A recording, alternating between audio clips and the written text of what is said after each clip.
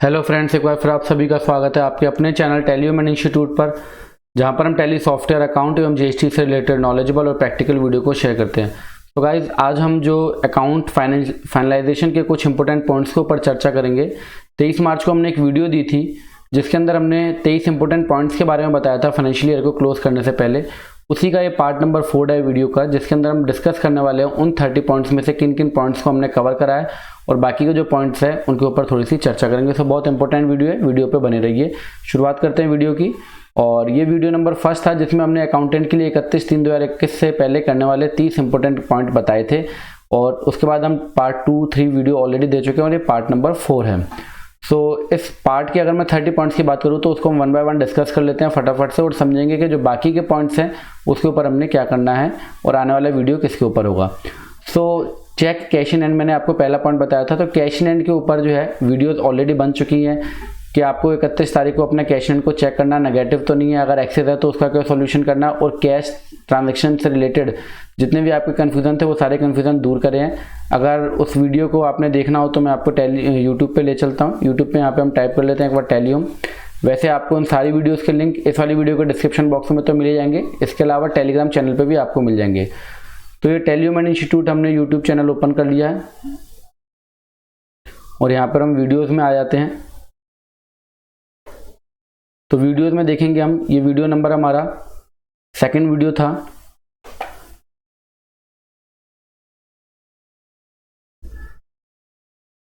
जिसमें हमने बताया कैश ट्रांजैक्शन से संबंधित प्रैक्टिकल जानकारी।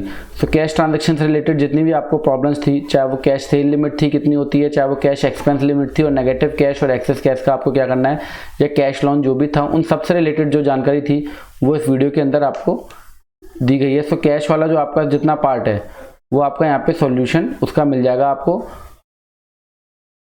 और tally and accounting software data split, जो हमारा नेक्स्ट पॉइंट था वो था टैली एंड अकाउंटिंग सॉफ्टवेयर, क्योंकि हम नए फाइनेंशियल ईयर में जब भी आएंगे तो हमें न्यू फाइनेंशियल ईयर टैली में क्रिएट करना पड़ेगा। उसके लिए 3 रास्ते हैं, आप कैसे न्यू फाइनेंशियल ईयर के अपने आप को मूव कर सकते हो। चाहे नई कंपनी क्रिएट करके कर सकते हो, चाहे डाटा को स्प्लिट करके, और चाहे उसके पीरियड को चेंज करके। तो उसके रिगार्डिंग वीडियो आपको यहाँ पे मिल जाएगा, आप यहाँ पे देख सकते हैं। Financial year closure guide, new financial year में जाने के 3 आसान तरीके। इसके बाद हम बात कर लेते हैं tally opening balance with last year balance sheet. अपने ओपनिंग बैलेंस को आपने चेक करना है with last year closing balance के साथ। तो इसका सॉल्यूशन भी आपको डाटा स्प्लिट वाली वीडियो के अंदर ही मिल जाएगा। Buy stationery for new financial year, इसके लिए कोई अलग से बताने की जरूरत नहीं है। आपको न्यू फाइनेंशियल ईयर स्टार्ट हो गया तो आपको न्यू स्टेशनरी खरीदनी है, न्यू फाइल्स आपको बनानी है, परचेज की, सेल की, बैंक की, एक्सपेंस की, सारी जो स्टेशनरी है वो आपको न्यू लेके चलनी है। पुरानी फाइल्स में आपको बिलों को नहीं लगाना है। Check there should not be entry in book of account on holidays, आपको ध्यान रखना है कि आपकी कोई भी एंट्री जो है वो हॉलीडेज पे ना पड़ा हो। तो संडे जो है, संडे को आप एंट्री डाल सकते हो। संडे जो आपका गैजेटेड हॉलीडे नहीं होता है। हॉलीडे की यहाँ पे जो बात हो रही है वो है 15 अगस्त, 2 अक्टूबर, 26 जनवरी, इस तरीके के गैजेटेड हॉलीडे जिन पे कि सरकार द्वारा छुट्टी की जाती है।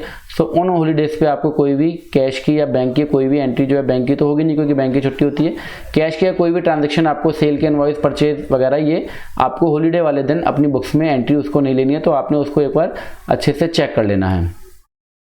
Unique invoice number with effective from 1 April 2021। Unique invoice number का यहाँ पे मतलब है कि आपको पिछला कोई भी इनवॉइस रिपीटेड नहीं करना है, आपको नई सीरीज स्टार्ट करनी है, वो है 1 नंबर से आपको स्टार्ट करनी है। और बेटर आप तरीके के लिए आप इसमें अपना फाइनेंशियल ईयर भी जो सफिक्स में डाल सकते हैं। तो उसके लिए मैं आपको टैली सॉफ्टवेयर पर ले चलता हूँ। ये इंपॉर्टेंट पॉइंट है जिसपे हम डिस्कस कर लेते हैं कि न्यू यूनिक नंबर हमें कैसे स्टार्ट करना है। तो टैली प्राइम में अगर आप आएंगे तो टैली प्राइम में आपको गो टू का फंक्शन मिलता है। आप गो टू पे सिंपली Alt G प्रेस करें और यहाँ पर आपको एक ऑप्शन मिल जाएगा ऑल्टर मास्टर का। टैली ERP9 में कैसे होता है वही मैं आपको बता दूंगा। ऑल्टर मास्टर में आने के बाद हम यहाँ पे आएंगे वाउचर टाइप के अंदर। वाउचर टाइप में हमने एंटर प्रेस कर दिया। वाउचर टाइप में एंटर प्रेस करने के बाद हम आएंगे सेल्स के अंदर। देन सेल्स में हमें क्या होगा कि वाउचर नंबरिंग रीस्टार्ट का ऑप्शन हमें मिलता है। तो इसमें हमने आना है यूज एडवांस कॉन्फ़िगरेशन के अंदर इसमें आ जाना है। और मेथड ऑफ वाउचरिंग जो हमने रखा हुआ है वो हमने मैनुअल ना रखते हुए ऑटोमेटिक रखा हुआ है। तो हम इसको एक बार यस कर लेंगे। यस करने के बाद आप देख रहे हैं मैं पिछले फाइनेंशियल ईयर से सीरीज सारी जो है मेरी नई स्टार्ट है। तो रीस्टार्ट नंबरिंग का हमारे पास यहाँ पे एक ऑप्शन होता है, वो हमने क्या करना है, ईयरली। हमने यहाँ पे क्या करना है, इसको ईयरली बेस पे नंबर हमारा कैसे स्टार्ट हो, ईयरली। ये इसको यहाँ पे अपने मंथली नहीं रखना है ना क्वार्टरली। आपकी नई सीरीज कब से स्टार्ट होगी, हर साल। और वो इफेक्टिव कब से होगी, 1 अप्रैल यहाँ से यहाँ पे 2017 हमने कर रखा है, मतलब हर महीने के अप्रैल, हर साल के अप्रैल से स्टार्ट होगी और नंबरिंग स्टार्ट होगी ईयरली। तो यहाँ पे मैंने एक बार इसको सेटअप करना है, मेरे को यहाँ पे दोबारा से 1 अप्रैल 2021 लिखने की जरूरत नहीं है, क्योंकि मैंने उसको बता दिया कि हर साल जो है मेरा वो नंबर, स्टार्टिंग नंबर कहाँ से होगी, 1 से होगी। ये मैंने इसको 1 अप्रैल 2017 को बताया था जब मेरी बुक्स इस कंपनी की स्टार्ट हुई थी। तो मैंने इसको बताया था कि हर साल जो है मेरी कंपनी पे जो नंबर होंगे वो 1 नंबर से स्टार्ट होगा, और ये चेंजेस कब होगा, इफेक्टिव कब से होगा, ईयरली होगा, और नंबरिंग कहाँ से स्टार्ट होगी, 1 नंबर से स्टार्ट होगी। साथ के साथ आप प्रीफिक्स और सफिक्स डाल सकते हो। प्रीफिक्स का मतलब हो गया आपके इनवॉइस नंबर से स्टार्टिंग होने से पहले आप क्या डालेंगे, और सफिक्स का मतलब हो गया आपके इनवॉइस नंबर के बाद क्या होगा। तो ये यहाँ पे हमें हर साल चेंज कर लेते हैं। हम यहाँ पे 1 अप्रैल 2021 से जो मेरा रहेगा वो रहेगा TIS। ये आप अपनी फॉर्म के शुरू के 3 अक्षर ले सकते हैं, और यहाँ पे आप 00, 000 कर सकते हैं, जिस हिसाब से आपको लगता है कि आपके इनवॉइस कहाँ तक जाएंगे। अगर 1000 तक जाते हैं तो आप इसको 00 कर सकते हो, अगर 1000 से ऊपर जाते हैं तो 000 या 40, जैसे आपको लगे वो आप कर सकते हो। तो यहाँ पे हमने लिख लिया प्रीफिक्स, ये हो गया हमारा। और अगर मैं सफिक्स की बात करूँ तो वो मेरा रहेगा 21, 22, क्योंकि अब हमारा फाइनेंशियल ईयर क्या आ जाएगा, 21-22। 1 अप्रैल 2021 से हमारा फाइनेंशियल ईयर क्या है, 21-22। तो इसके बाद मैं आपको दिखाऊंगा कि न्यू इनवॉइस नंबर हमारा कैसे स्टार्ट हो रहा होगा। तो मैंने इसको कंट्रोल से एक्सेप्ट कर देना है, और मैं अब आ जाता हूँ सेल रजिस्टर के ऊपर। DAS मैंने प्रेस करा। चलिए मैं वाउचर पे आ जाता हूँ। वाउचर में मैंने F8 की को प्रेस करा, और सेल का हम बिल बना रहे हैं।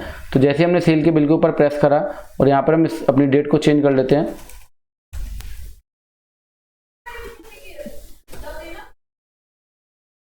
यहाँ पे मैंने फाइनेंशियल ईयर चेंज कर देना अभी। वाउचर में आया मैं। देन वाउचर में आने के बाद आप देख रहे होंगे कि मैंने जैसे ही 1/4/2021 करा, तो यहाँ पर जो मेरी सेल की जो इनवॉइसिंग नंबर है वो कहाँ से स्टार्ट हो गई, 1 से। और पीछे क्या लिखा रहा है, फाइनेंशियल ईयर 21-22, और आगे प्रीफिक्स में TIS, जो कि अभी हमने वहाँ पे उसको डिफाइन करा था। तो हमारे को जो है 1 अप्रैल 2021 से कोई भी इनवॉइस नंबर जो हमारा पिछला था इनवॉइस नंबर वो रिपीटेड ना हो, और हमें यूनिक नंबर, अपनी जो यूनिक सीरीज है उसको स्टार्ट करना है। अगले पॉइंट की हम बात कर लेते हैं, बैंक रिकंसिलिएशन। बैंक रिकंसिलिएशन के ऊपर ऑलरेडी वीडियो डली हुई है, तो मैं इसलिए आपको चैनल का रेफरेंस साथ के साथ देता चल रहा हूं, जिससे कि मैं आपको बता सकूं कि चैनल में आपने आने के बाद कैसे वीडियोस को देखना है। वैसे तो आप प्लेलिस्ट में आने के बाद भी सारी वीडियोस को चेक कर सकते हो। यहाँ पे अलग अलग हमने जो है प्लेलिस्ट बनाई हुई है। यहाँ पर जैसे कि आप देखेंगे फाइनेंशियल क्लोजर गाइड की अलग प्लेलिस्ट है, QRMP के लिए अलग प्लेलिस्ट है, इनकम टैक्स कोर्स के लिए अलग है, टेली प्राइम के लिए अलग है, TCS ऑन सेल गुड्स के लिए अलग है, अकाउंटेंट कैसे बनते हैं, free TDS full course, important topics for accountant, Tally Prime और फ्री ऑनलाइन GST कोर्स, सबकी वीडियो अगर आप देखेंगे प्लेलिस्ट अलग अलग बनी हुई है। अगर मैं बैंक रिकंसिलिएशन की बात करूँ तो हम वीडियोस में आने के बाद मैं आपको बैंक रिकंसिलिएशन का वीडियो आपको दिखा देता हूँ, जो कि ऑलरेडी हमारी वीडियोस चैनल पे ऑलरेडी अवेलेबल है, तो वो आप वहाँ से देख सकते हो। देखिए ये रहा बैंक रिकंसिलिएशन स्टेटमेंट का video.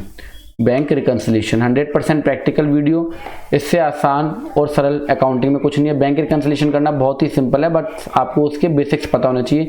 Secret of BRS, very simple trick, real life practical example के साथ, और उसकी पूरी फ्री PDF आपको हमारे टेलीग्राम चैनल पे मिल जाएगी। तो यहाँ पर जाके आप बैंक रिकंसिलिएशन की वीडियो देख सकते हैं। अगर नेक्स्ट पॉइंट की हम बात करें तो confirmation of debtor, specially those with credit balance. हमारे जो डेटर होते हैं, जो हमारे देनदार होते हैं, उनका हमेशा कौन सा बैलेंस होता है, डेबिट बैलेंस। इन केस अगर उनका क्रेडिट बैलेंस आ रहा है, क्रेडिट बैलेंस उनका कब आएगा, जब उन्होंने हमें पैसा एक्सेस दे दिया होगा या हमें एडवांस दे दिया होगा। तो उस केस में आपको कंफर्मेशन जरूर लेनी है, आपको चेक करना है, लेजर मंगवा के आपको चेक करना है, और टेली प्राइम या ERP 9 के थ्रू भी आप जो है कंफर्मेशन लेटर को निकाल सकते हो, वो मैं अभी आपको बता दूंगा। Confirmation of creditor, specially those with debit balance. Creditor हमारे कौन होते हैं, जिनसे हम परचेज करते हैं, जो सप्लायर होते हैं, जो कि हमें माल या सर्विस सप्लाई करते हैं। उस केस में अगर उनका डेबिट बैलेंस आ रहा है, मतलब उनका डेबिट बैलेंस कब आएगा, जब हमने उन्हें एक्सेस पेमेंट कर दिया हो या हमने उनको एडवांस में पेमेंट कर दिया होगा। तो इस केस में भी आपको जो है बैंक को रिकंसाइल डेटर्स को या लेजर्स को, क्रेडिटर्स को आपने रिकंसाइल जरूर करना है, क्योंकि कई बार क्या होता है कि आपकी बुक्स में तो डेबिट बैलेंस है पर सामने वाले की बुक्स में बैलेंस है ही नहीं, अवेलेबल नहीं है। तो इसलिए आपको जो बैलेंसेस अपोजिट बैलेंस आ रहे हैं, उन बैलेंसेस को आपने जरूर चेक करना है। Reconcile sale and purchase with GST return, इसके ऊपर ऑलरेडी वीडियो आपको मिल गया, लेटेस्ट वीडियो यहाँ पे डाला हुआ है। GST रिकंसिलिएशन के ऊपर, GST sale and purchase reconciliation बहुत ही बढ़िया वीडियो है, बहुत ही आसान से तरीके से आप मिनटों में जो है GSTR 1, GSTR 3 भी और अपनी बुक्स को आराम से रिकंसाइल कर सकते हैं। Check the cash expense entries with more than 10,000 according to section 48(3). आपको चेक करना है कि आपने कोई भी ऐसी कैश की एंट्री तो नहीं है जो कि आपने 10,000 से ज़्यादा डाल दी है, क्योंकि अगर 10,000 से ज़्यादा कोई भी आप एक दिन में एंट्री अगर पास करते हो किसी सिंगल पर्सन को तो वो आपको डिसअलाउ कर देगी। डिसअलाउ का मतलब होता है वो खर्चा आपका खर्चा नहीं माना जाएगा और आपके प्रॉफिट में से कम नहीं किया जाएगा। प्रॉफिट में से कम नहीं होगा तो क्या होगा, आपको इनकम टैक्स ज़्यादा पे करना पड़ेगा क्योंकि आपका प्रॉफिट बढ़ जाएगा। तो आपको ये जरूर चेक करना है कोई ऐसी एंट्री तो नहीं है जो कि आपके 10,000 रुपये से ज़्यादा कैश में सिंगल डे में डली हुई है। बाकी इसकी जो डिटेल्ड वीडियो है वो आपको ऑलरेडी कैश ट्रांजेक्शन लिमिट वाली वीडियो के अंदर आपको मिल जाएगी, वीडियो नंबर 2 के अंदर। नेक्स्ट पॉइंट की बात कर लेते हैं, check the provision related to deduction under chapter 6A and proper accounting entry of such deduction. यहाँ पे हम डिडक्शन की बात करें तो इसकी जो मैं एलैबोरेट वीडियो, जो डिटेल वीडियो वो मैं आपको इनकम टैक्स वाले कोर्स के अंदर प्रोवाइड करूंगा।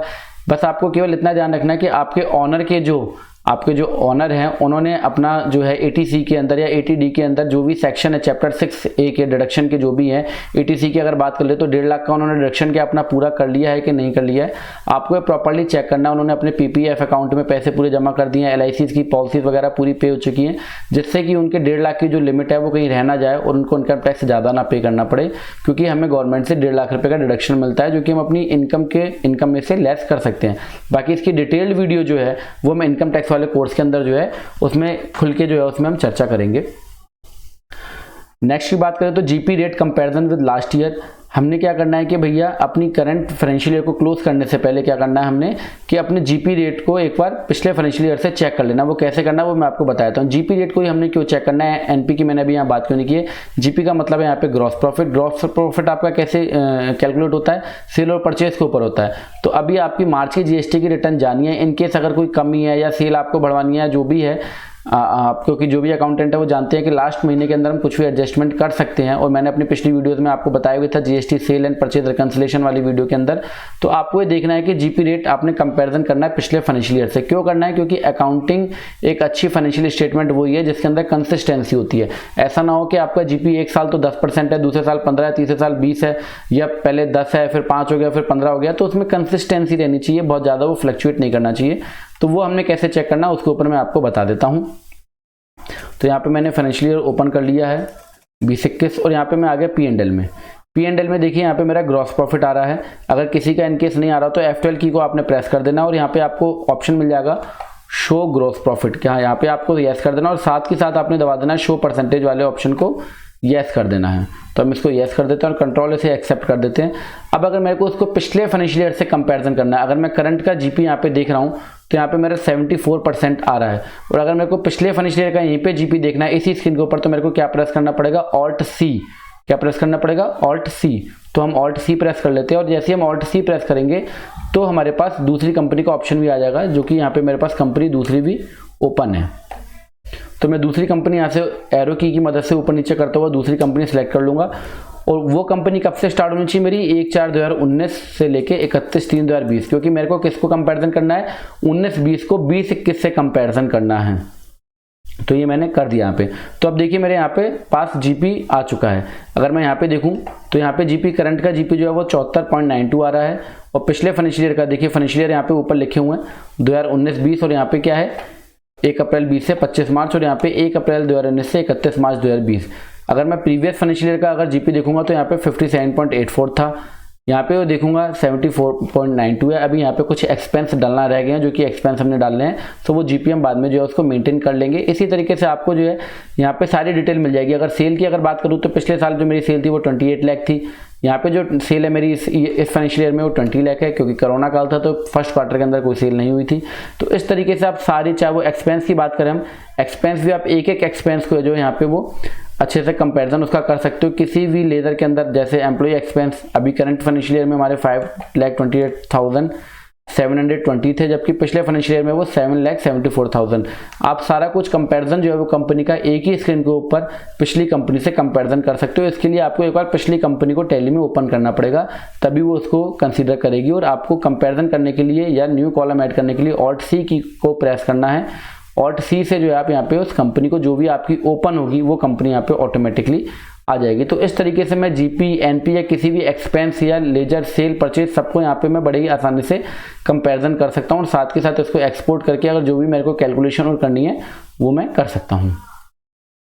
नेक्स्ट पॉइंट की बात करें तो cross check the balances of system concern और इंटर ब्रांचेस। कई बार क्या होता है कि एक ही ओनर की 2 या 3 कंपनीज होती हैं और वो कंपनी आपस में लेन देन करती हैं, तो फाइनेंशियल ईयर को क्लोज करने से पहले, क्योंकि फाइनेंशियल ईयर से पहले आप कुछ भी एडजस्टमेंट कर सकते हो मार्च की रिटर्न के अंदर, तो फाइनेंशियल ईयर क्लोज करने से पहले आपको दोनों फर्म्स के, दोनों कंपनीज के आपस में जो है बैलेंस को चेक कर लेना है। जो आपका ए कंपनी के अंदर बैलेंस आ रहा है वही आपका बैलेंस जो है बी कंपनी में ए कंपनी का होना चाहिए। तो ये आपको प्रॉपर्ली तरीके से चेक कर लेना है। Taking balance confirmation of all running parties, ये आपको जरूर लेना है। आपकी जितनी भी रनिंग पार्टीज है, चाहे वो क्रेडिटर है चाहे वो डेटर है, आपने उनसे कंफर्मेशन ले लेनी है। अगर टैली प्राइम या टैली ERP9 में कंफर्मेशन की अगर बात करूं तो कंफर्मेशन लेटर टैली ERP9 चाहे प्राइम दोनों में ही निकल जाता है। तो उसके लिए हमें डिस्प्ले में आना पड़ेगा। डिस्प्ले में आने के बाद हमें यहाँ पे ऑप्शन मिलता है अकाउंट बुक्स का। अकाउंट बुक्स में आने के बाद आपने क्या कर लेना है, लेजर को ओपन कर लेना है। लेजर को मैंने, या आप ग्रुप में भी यहाँ पे निकाल सकते हो, अगर सारी लेजर का एक साथ प्रिंट निकालना चाहते हो या एक साथ उनको ईमेल करना चाहते हो तो वो भी कर सकते हो। अदरवाइज 1 बाय 1 अगर आपको करना है तो आप लेजर में आ जाओगे। लेजर में आने के बाद मान लो कि मैंने यहाँ पे एक कंपनी ले ली, इस कंपनी को मैंने ओपन कर लिया और मैं इसको ओपन कर लूँगा। अगर मेरे को पूरे फाइनेंशियल ईयर का ओपन करना है तो पूरे फाइनेंशियल ईयर को मैं ओपन कर लूँगा यहाँ पे, और मैं यहाँ पे प्रेस कर दूंगा Alt P और यहाँ पे मैंने करंट ले लिया। और इसमें आने के बाद मैं आ जाऊँगा कॉन्फ़िगरेशन के अंदर और ठीक इसी तरीके से आपको टैली ERP9 में F12 की प्रेस करने के बाद यहाँ पे ऑप्शन मिल जाएगा रिपोर्ट टाइप का। कौन सा ऑप्शन मिलेगा, रिपोर्ट टाइप का। रिपोर्ट टाइप में आने के बाद आपने क्या कर लेना है कि यहाँ पे जैसे आप एंटर प्रेस करोगे तो आपको एक यहाँ पे ऑप्शन मिल जाएगा कन्फर्मेशन ऑफ अकाउंट का। किसका ऑप्शन मिलेगा, कन्फर्मेशन ऑफ अकाउंट का। तो कन्फर्मेशन ऑफ अकाउंट के ऊपर आपने क्लिक कर देना है, देन कंट्रोल A प्रेस कर देना। और अगर अब मैं इसका प्रीव्यू देखता हूँ तो यहाँ पे मेरा प्रीव्यू आ गया और यहाँ पे सारी डिटेल जो है लिखी हुई आएगी, टू वृंदावन फार्मा, और फ्रॉम क्या है, फ्रॉम तेजपुर हेल्थ केयर जो कि हम है। और यहाँ पे कंफर्मेशन की जो लैंग्वेज होती है वो ऑटोमेटिकली बाय डिफॉल्ट यहाँ पे ऑलरेडी सेट है। और यहाँ पे पूरी उसकी जो डिटेल है डेबिट एंड क्रेडिट की, पूरी डिटेल आपको यहाँ पे जो है वो मिल जाएगी। सारी डिटेल जो है डेबिट और क्रेडिट की आपको पूरी डिटेल यहाँ पे मिल जाएगी। और साथ में आपका नीचे क्लोजिंग बैलेंस भी आ जाएगा। रिपोर्ट लंबी है इसलिए नहीं, रिपोर्ट 1 पेज की है। और यहाँ पे देखेंगे आप क्लोजिंग बैलेंस कितना आ रहा है आपका। क्लोजिंग बैलेंस मैं एक बार आपको दिखा देता हूँ, फिर लेजर से भी चेक करा दूंगा। यहाँ पे जो पार्टी का क्लोजिंग बैलेंस आ रहा है वो आ रहा है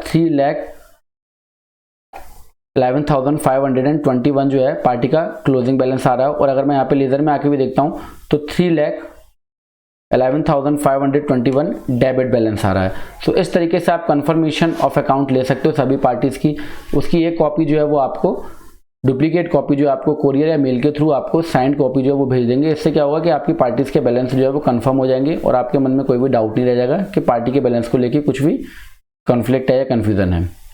नेक्स्ट अगर बात कर ले तो वो पॉइंट था हमारा check if personal expense debited to profit and loss account.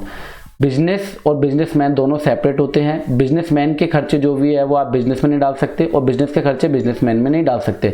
मान लो कि आपने किसी भी अपने बिजनेसमैन की LIC पॉलिसी कंपनी के करंट अकाउंट से पे कर दी है और आपने उसको क्या करा, कंपनी के P&L में मतलब इंश्योरेंस एक्सपेंस डेबिट करके और अपने बैंक को क्रेडिट कर दिया। दोबारा बता देता हूँ कि बिजनेस और बिजनेसमैन दोनों सेपरेट होते हैं। जो आपने पढ़ा होगा अपने कॉमर्स, जो भी कॉमर्स फील्ड के जो भी वीडियोस देख रहे होंगे, तो क्या होता है कि बिजनेस और बिजनेसमैन दोनों अलग है। आप बिजनेस के खर्चे बिजनेसमैन में नहीं दे सकते और बिजनेसमैन के खर्चे जो है वो पर्सनल खर्चों को आप बिजनेस में एक्सपेंस की तरह क्लेम नहीं कर सकते।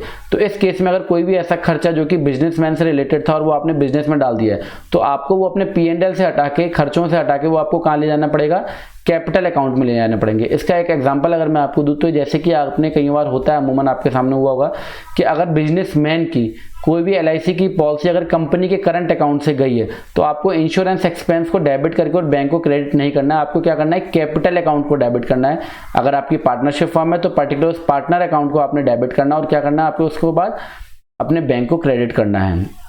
ठीक इसी तरीके से कोई भी अगर खर्चा, मान लो कि बिजनेसमैन के आपने कोई भी बिल को पे करा है, कोई खाने का बिल है, मान लो होटल, आपने होटल का एक्सपेंस कोई भी पे करा और आप उसको क्या कर रहे हो, स्टाफ वेलफेयर एक्सपेंस में या जनरल एक्सपेंस में या ट्रैवलिंग एक्सपेंस में डाल रहे हो, तो वो गलत है। वो किस में जाएगा, कैपिटल अकाउंट में जाएगा। ओवरऑल बिजनेसमैन के खर्चे अलग हैं और बिजनेस के खर्चे अलग है। बिजनेसमैन के खर्चों को आप बिजनेस में क्लेम नहीं कर सकते हो। अगर इन केस अगर आपने करा है तो आप उसको उठा के कहाँ ले जाओगे, कैपिटल अकाउंट के अंदर ले जाओगे। नेक्स्ट पॉइंट की बात कर ले, check the proper grouping of ledger of balance sheet and profit loss account. तो आपको प्रॉपर ग्रुपिंग चेक करनी है। ग्रुपिंग का मतलब ये है कि जो डायरेक्ट एक्सपेंस है वो डायरेक्ट एक्सपेंस के ग्रुप में जाए, जो इनडायरेक्ट एक्सपेंस है वो इनडायरेक्ट एक्सपेंस के ग्रुप में जाए। इनडायरेक्ट एक्सपेंस में भी अलग अलग होते हैं, फाइनेंशियल एक्सपेंसेस हो गए या आपके एम्प्लॉय एक्सपेंसेस होगा, या आपने रिपेयरिंग एंड मेंटेनेंस का एक ग्रुप बना रखा है, तो आपको प्रॉपर्ली चेक करना है कि जो लेजरों की जो ग्रुपिंग हो रखी है वो प्रॉपर तरीके से हो रखी है या नहीं हो रखी है। इसके लिए बेस्ट ऑप्शन ये है आपके पास कि आप पिछली बैलेंस शीट को उठा लो, पिछले P&L को आप उठा लो और उसमें से आप लेजर को चेक कर लो कि उसमें लेजर को, पर्टिकुलर लेजर्स को आपने किस ग्रुप के अंदर डाला है। जिस ग्रुप में आपने लास्ट फाइनेंशियल ईयर में डाला है उसी ग्रुप में आप इस फाइनेंशियल ईयर में अंदर डाल दो। अगर लास्ट फाइनेंशियल ईयर में आपने कोई गलत ग्रुप में डाला तो इसको और ज़्यादा, रिपोर्ट को और ज़्यादा बेटर करते हुए उसको सही ग्रुप के अंदर आप ले जाओ।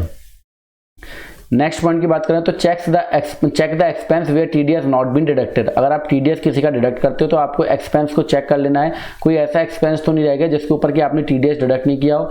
TDS के लिए अलग अलग सेक्शन होते हैं, 94C, 94H और भी बहुत सारे सेक्शन है। TDS की कंप्लीट प्लेलिस्ट अगर मैं आपको बात करूं, साथ के साथ दिखा भी देता हूं, कंप्लीट प्लेलिस्ट जो है TDS की हम वो दे चुके हैं कि कैसे रिटर्न फाइल होती है और कैसा सारा कुछ है, कौन कौन से सेक्शन है, किस तरीके से उसकी फीडिंग की जाती है। तो यहाँ पर आप देख सकते हैं प्लेलिस्ट के अंदर free TDS full course in Hindi. तो यहाँ पर आपको 11 वीडियोस मिलेंगी, यहाँ पे 11 वीडियोस पोस्ट हैं।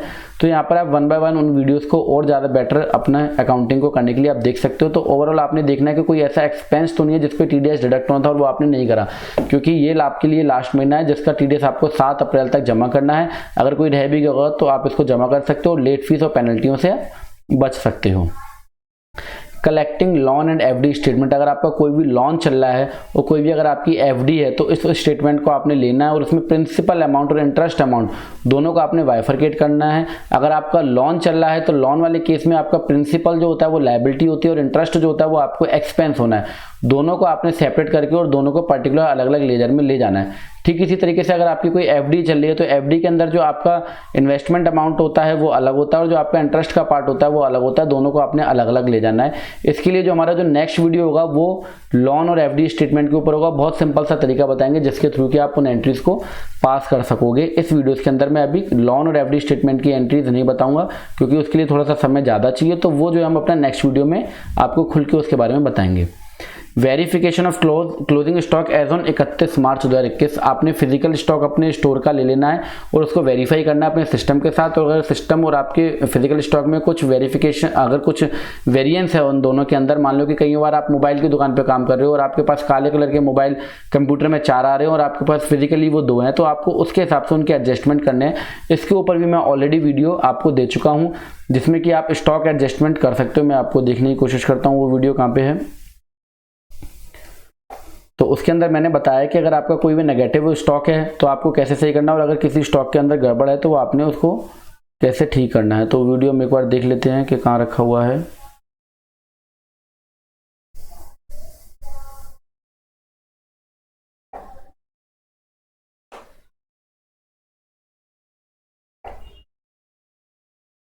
तो आप वीडियो अपने चैनल पे जाके वीडियोस में जाके आप वीडियो सेक्शन में देख सकते हो, जो कि आपके काफ़ी काम की वीडियो आप यहाँ पर आपको मिल सकती है। तो हम देख लेते हैं कि वो वीडियो हमारी कहाँ है।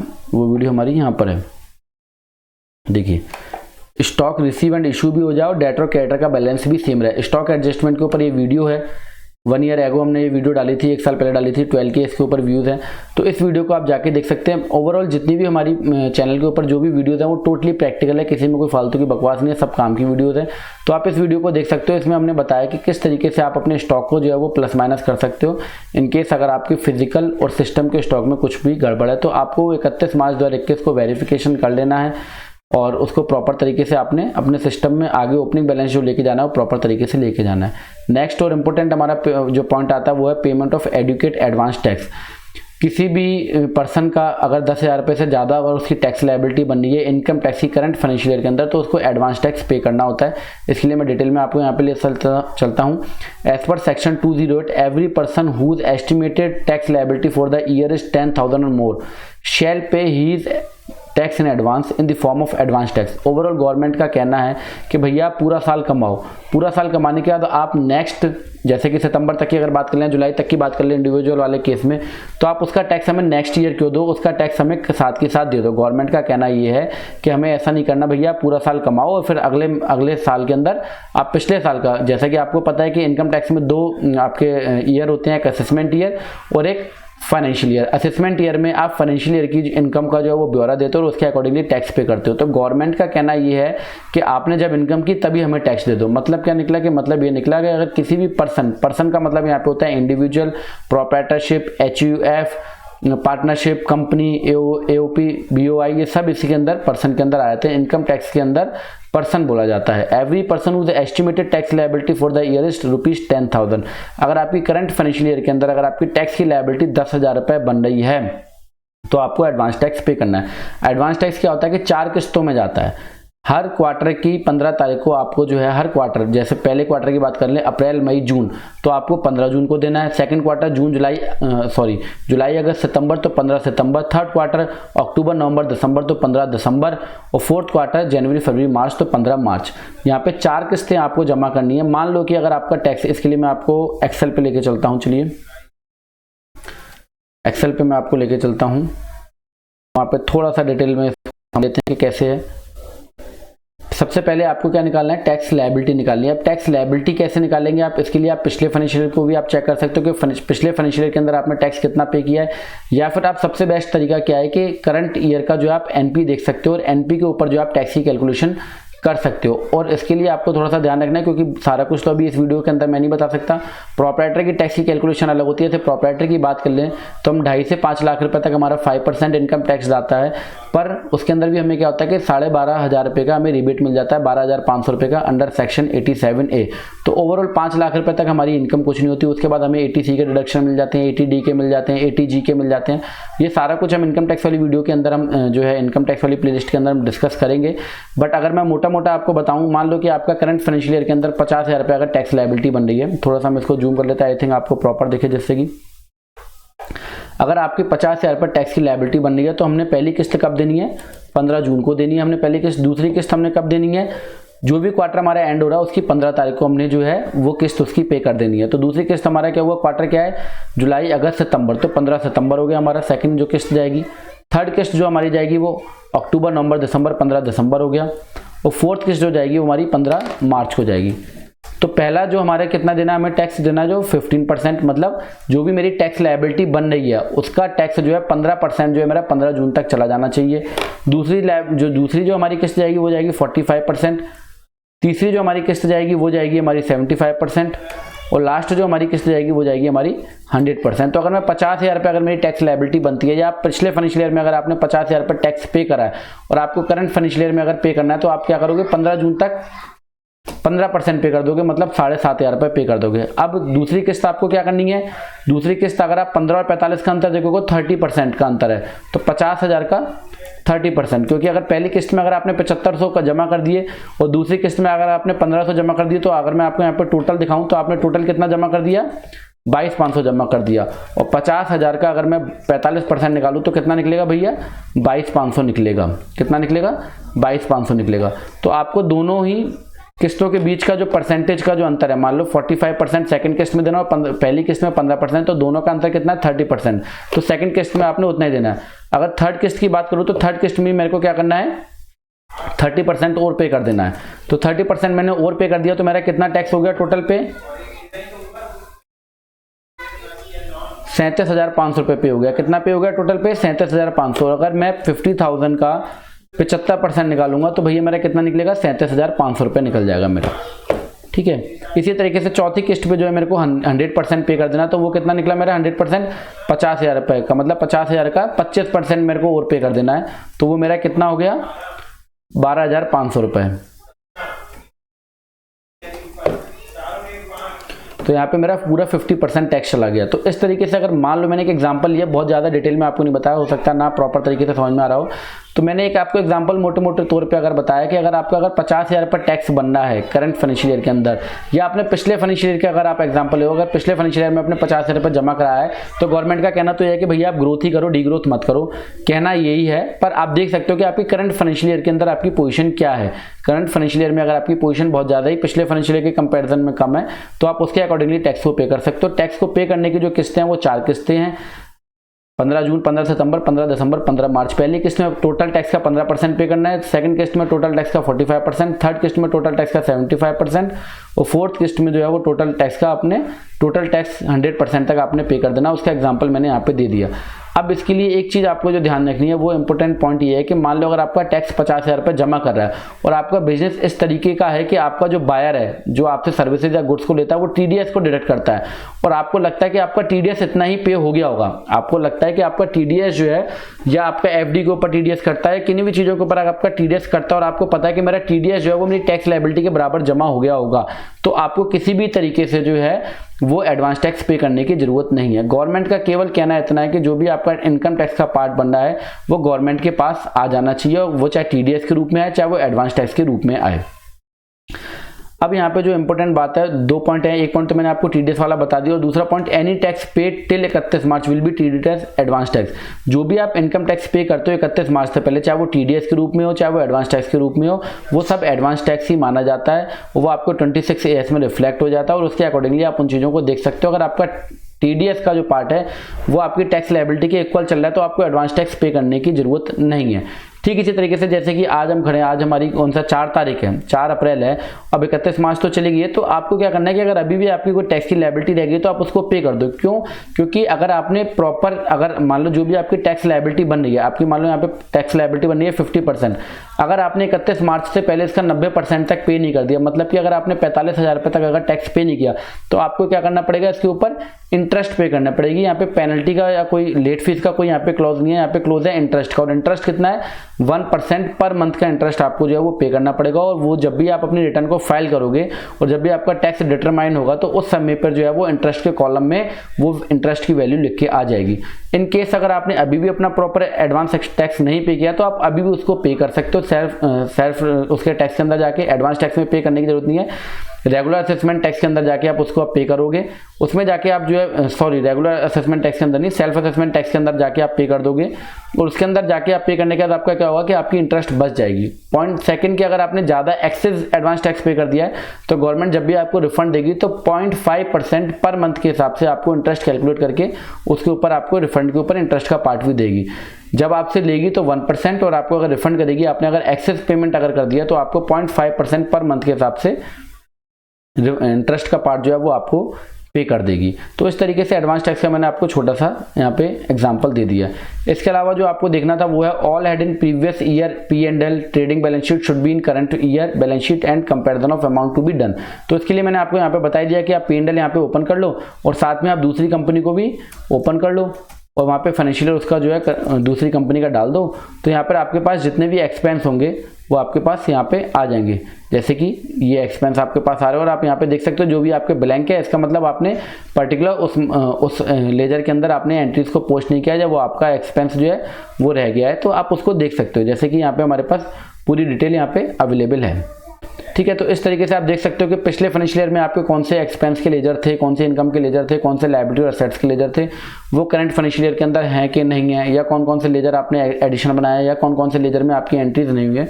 तो वो सारा कुछ आप कंपेरिजन करके देख सकते हो।